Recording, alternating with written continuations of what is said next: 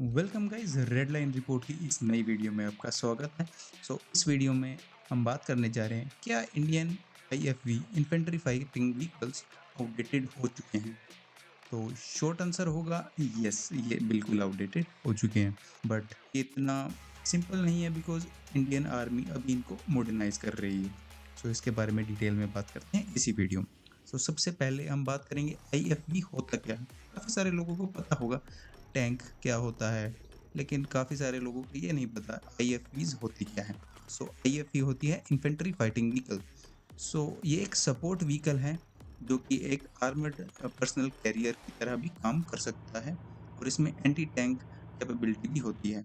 इसमें इन्फेंट्री बैठ के जा सकती है फ्रंट लाइन तक। इसके ऊपर एक टर्रेट लगी होती है जिसमें आपको 25 या 30 mm ऑटो कैनन्स का सपोर्ट होता है। यूजुअली एक मशीन गन दी होती है और एंटी टैंक लॉन्चर्स भी इसके ऊपर अवेलेबल होते हैं। आप अगर ट्रेंच पे पुश कर रहे हैं तो आप एक आईएफवी को यूज कर सकते हैं। आप पास में जाके ट्रूप को डिसमाउंट कर सकते हैं, इन्फेंट्री को सपोर्ट कर सकते हैं व्हीकल के अंदर बैठे बैठे। इसका अंदर का क्रू अलग होता है। इसमें यूजुअली 3 लोगों का क्रू होता है, गनर का, ड्राइवर का और कमांडर का।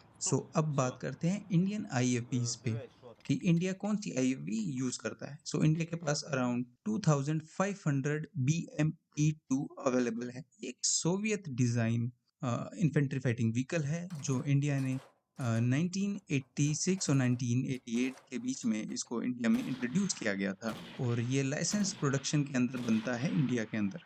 अब इसके कुछ प्रोज और कुछ ड्रॉबैक्स के बारे में बात करेंगे कि क्यों मैं इसको आउटडेटेड कह रहा हूँ। सबसे पहले कुछ प्रोज की बात कर लेते हैं ड्रॉबैक्स पे जाने से पहले। इसका प्रो सबसे बड़ा होगा इसका फायर पावर। फायर पावर में BMP-2 काफ़ी अच्छा करती है। इसमें प्राइमरी गन लगी हुई है 30 mm 2A42 ऑटोमेटिक कैनन, जो कि 500 राउंड्स तक कैरी कर सकता है, और इसका रेट ऑफ फायर है 550 राउंड्स पर मिनट। मतलब एक राउंड में ये 1 मिनट में ये अपना पूरा एमुनिशन खत्म कर सकता है। सेकेंडरी गन है वो standard 7.62 mm PKT coaxial machine gun, जो कि हमें बाकी टैंक्स में भी मिलती है, सोवियत डिजाइन या फिर रशियन डिजाइन टैंक्स में। एंटी टैंक मिसाइल की बात करेंगे तो इसमें एक wire guided conquers ATGM launcher दिया गया है, और इसमें एक मिलान ATGM लॉन्चर का भी वर्जन आता है। हालांकि ये ATGM लॉन्चर अब 40 साल पुराना हो चुका है, तो इसको इंडिजीनियसली बनाए गए लॉन्चर से अपग्रेड किया जा रहा है। ये 4 मिसाइल्स कैरी कर सकता है। एक मिसाइल रेडी टू फायर होती है। स्मोक्स की बात करेंगे तो इसमें 6 ट्यूब्स है। 81 mm स्मोक ग्रेनेड डिस्चार्ज कर सकती है, और एक स्मोक स्क्रीन बनाने में इसकी मदद करती है। ओवरऑल फायर पावर में ये काफ़ी अच्छा है, क्योंकि सोवियत डिज़ाइन जो भी होती है उसमें डिफेंस की ज़्यादा कमी होती है। फायर पावर तो हमेशा ही अच्छा हमें मिलता है। अगर इसके सेकंड प्रो की बात करें, इसका सेकंड प्रो होगा इसकी मोबिलिटी। ये एक फुल्ली एम्फीबियस व्हीकल है। मतलब ये लेक्स के अंदर जा सकता है, ये तैर सकता है, ये रिवर्स को भी क्रॉस कर सकता है। ये वन ऑफ द पॉइंट है जिसकी वजह से इसको इंडियन आर्मी में इंट्रोड्यूस किया गया था, क्योंकि इंडिया में बहुत सारी रिवर्स हैं और बहुत सारी लेक्स हैं जो आपको बैटल के अराउंड क्रॉस करनी होगी, और उनके अराउंड इंफ्रास्ट्रक्चर भी अभी अवेलेबल नहीं था तब। अगर इसकी इंजन की बात करें तो इसमें 300 हॉर्स पावर का UTD-23 डीजल इंजन लगा हुआ है, जिसको अपग्रेड कर दिया गया है इंडियन आर्मी के द्वारा। इंडिजीनियसली बिल्ट इंजन के साथ जिसकी हॉर्स पावर होगी मिनिमम 360 टू 380 हॉर्स पावर वो प्रोवाइड करेगा। मोबिलिटी में और बूस्ट मिल गया है इस व्हीकल को। मैक्सिमम रोड स्पीड है 65 kilometre per hour. Of speed बताई जाती है 45 किलोमीटर पर आवर, और वाटर स्पीड जो कि ये लेक से रिवर्स में अचीव करता है वो 7 किलोमीटर पर आवर। ये थे इसके कुछ प्रोज। अब कुछ कॉन्स की बात करेंगे। इसका सबसे बड़ा कॉन जो फिक्स नहीं हुआ है अब तक वो है इसका आर्मर। इसका आर्मर बहुत थिन है। ये एक 14 टन का कॉम्बैट वेट है इसका टोटल, जो कि आधा है बाकी आईएफवीस के कंपेयर में। लाइक ब्रेडली M2 का वेट अराउंड 25 टन जाता है, और बाकी नेटो कंट्रीज के आईएफवीस का वेट भी 25 टू 30 टन के बीच में ही होता है। आर्मर इस वेल्डेड स्टील से बना हुआ है, जो कि स्मॉल आर्म फायर से आपको प्रोटेक्ट कर सकता है, या फिर आर्टिलरी स्प्लिंटर से आपको बचा सकता है। Frontal arc resistance 23 mm round तक ही वो देती है, ज़्यादा इसमें सेफ्टी क्रू को नहीं मिलती है। इसका सबसे बड़ा कौन मैं कहूँगा। अगर एक और प्रो हम इसका बोलते हैं तो वो है एल्टीट्यूड पे हम इसको यूज़ कर सकते हैं। ब्रैडली की परफॉर्मेंस लेह लद्दाख एरिया में टेस्ट करने पर अच्छी नहीं आई थी। स्ट्राइकर प्लेटफॉर्म जो अमेरिका का है उसको भी लेह लद्दाख के अंदर काफ़ी परेशानियों की सामना करना पड़ा था टेस्टिंग के दौरान। बट BMP-2s रेगुलरली अब भी लेह लद्दाख बॉर्डर पे चाइना के साथ आप इसको देख सकते हैं, ये उधर डिप्लॉयड हैं। एक सेकंड ड्रॉबैक की अब बात करेंगे वो होगी टेक्नोलॉजी, जिसको काफ़ी हद तक इंडियन आर्मी ने फिक्स कर दिया है, क्योंकि इसमें काफ़ी सारे अच्छे अपग्रेड्स दिए हैं इंडियन आर्मी ने। फर्स्ट होगा नाइट फाइटिंग कैपेबिलिटी। सो इसमें third generation thermal imaging system दिया गया है गनर और कमांडर दोनों के लिए। तो इसमें अब आप रात को भी या नाइट टाइम में फाइट कर सकते हैं। एडवांस फायर कंट्रोल सिस्टम को भी इंटीग्रेट किया गया है with laser range finder. Automatic target tracking को भी इसमें इंटीग्रेट किया गया है। कमांडर के लिए पेनोरामिक साइट्स दी गई है, जिससे उसको एक बेटर व्यू दिखता है ओवरऑल बैटलफील्ड का।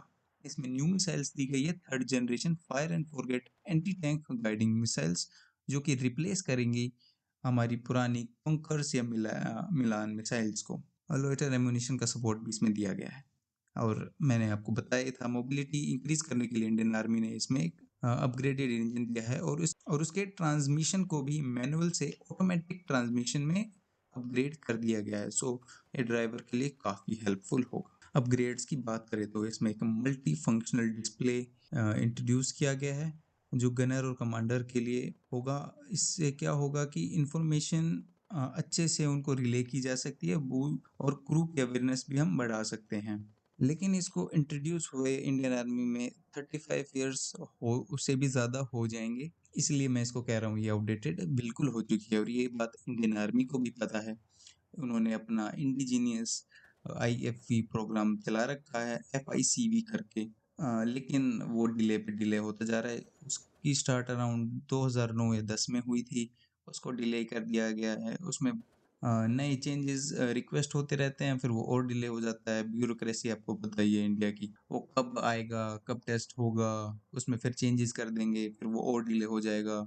IFVs को चेंज करने के लिए इंडिया या तो किसी लाइसेंस प्रोडक्शन में या तो कोई सोवियत डिज़ाइन IFV उठा लेगा या फिर कोई और इंडिजीनियस जो भी प्लेटफॉर्म बनते हैं इंडिया में, ये सबसे बड़ा उनकी मैं कहूँगा ड्रॉबैक है, क्योंकि यार डिले पे डिले कुछ ज़्यादा ही हो जाते हैं। चलिए कुछ रिक्वायरमेंट्स देखते हैं जो इन्फेंट्री फाइटिंग व्हीकल जो इंडिया में बनेंगी उसके। सो क्रू कैपेसिटी की बात करें तो उसमें 3 क्रू होना चाहिए व्हीकल के लिए, और 8 डिसमाउंटेड सोल्जर्स के लिए स्पेस होना चाहिए। सो ये फुल्ली ट्रैक्ड होना चाहिए और इसमें एम्फीबियस कैपेबिलिटी होनी चाहिए। ये एक सबसे बड़ा ड्राइविंग पॉइंट है, जो काफ़ी सारे वेस्टर्न डिज़ाइंस में अवेलेबल नहीं होता है। ये इंडियन आर्मी के लिए एसेंशियल है, और इसकी वजह से ही काफ़ी सारा डिले भी हो रहा है। इंजन परफॉर्मेंस उसकी बढ़िया होनी चाहिए, कम से कम 30 हॉर्स पावर पर टन अवेलेबल होना चाहिए। आर्मामेंट की बात करें तो मिनिमम 30 mm ऑटोमेटिक कैनन चाहिए, एक coaxial machine gun, remote control weapon station, fire and forget anti tank guided missiles.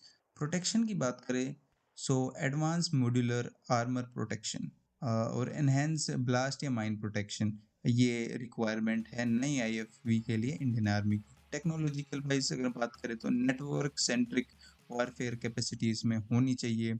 Situational awareness tools होने चाहिए। UAV और लोइटर एम्यूनिशन इसमें उसका सपोर्ट होना चाहिए। इंटीग्रेटेड होनी चाहिए अनमैन्ड टेक्नोलॉजीज। देखते हैं गाइज कब तक नया IFV इंडिया इंट्रोड्यूस कर सकता है, उसमें कितना अभी टाइम लग सकता है। सो तब तक तो इंडियन आर्मी को BMP-2 को ही मॉडर्नाइज करके यूज़ करना होगा। Thank you for watching. अगर आपको ऐसा इंडिया के रिलेटेड और कंटेंट चाहिए तो like share and subscribe to red line report.